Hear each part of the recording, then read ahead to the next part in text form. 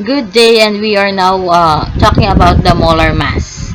Still related with our week 7 topic of the moles. So counting atoms or molecules can be difficult because they are very small. However, you can count the number of atoms by weighing them or by getting their masses. That means 1 mole is equivalent to the molar mass, which is expressed as grams per mole. Molar mass can be the atomic mass of an element or the molecular mass of a compound in grams. So we have here an example. You can follow the example or you can follow this session by using your periodic table and by identifying the atomic mass. The atomic mass of the elements is also written as the atomic weight of the elements. So we have here an example. For nitrogen, it has an atomic mass of 14. It is expressed as atomic mass units or the AMU. So using your periodic table, you can also get the following values. So for the element carbon, it has an atomic weight of 12 atomic mass unit. So its molar mass is equivalent to 12 grams per mole. Remember, 1 mole is equivalent to the molar mass of the element. So just basically as a shortcut, just change the unit. So from AMU, it will be grams per mole if you are talking about the molar mass. So you have sodium with 23 atomic mass units and 23 grams per mole as its molar mass.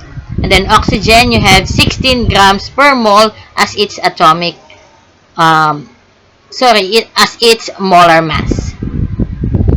So we also have here other examples for the different elements. So using your periodic table, you can try identifying the molar mass of the following elements. Again, the molar mass is equivalent to its atomic mass.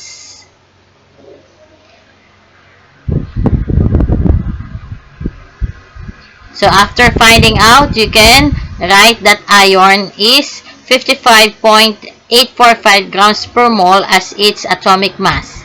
For magnesium, you have the following: 24.305 grams per mole.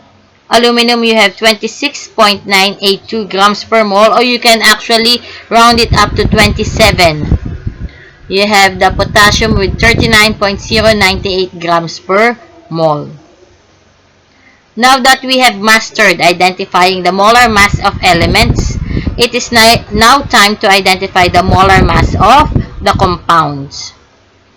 So when we say molecular mass or the atomic mass of a substance, it is calculated by adding the atomic mass of all the atoms in a molecular formula.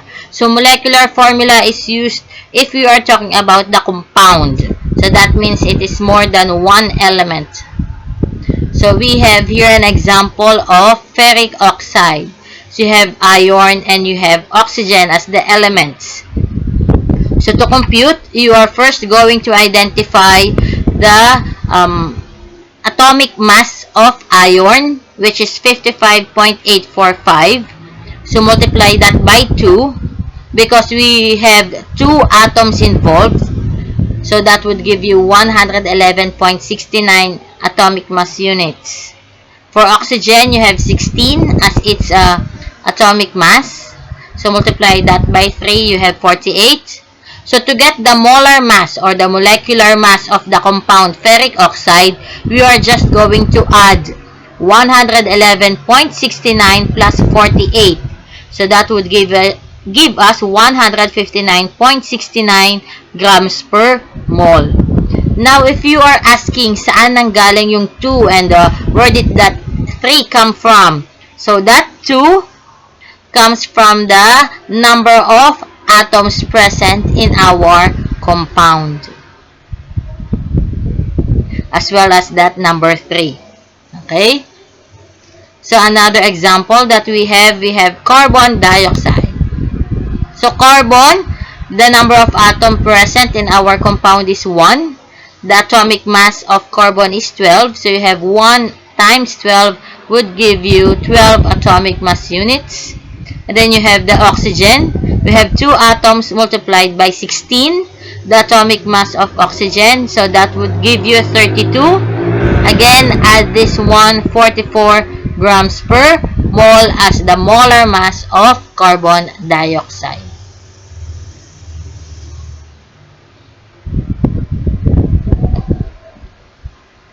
You have this compound.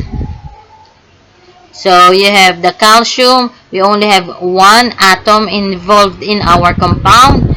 And the unit or the atomic mass of calcium is 40.078. Then you have your chlorine. You have 2 atoms present in our formula. And then add up the result. That would give you 110.97 grams per mole or 111 grams per mole as the atomic mass of this particular compound. Okay? Try this. Identify the atomic mass of the following compounds.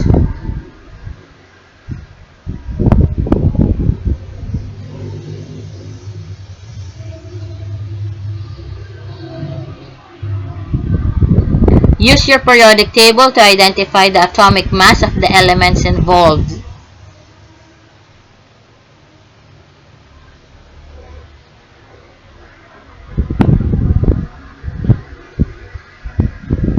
If you have followed the procedure, you would come up with these answers.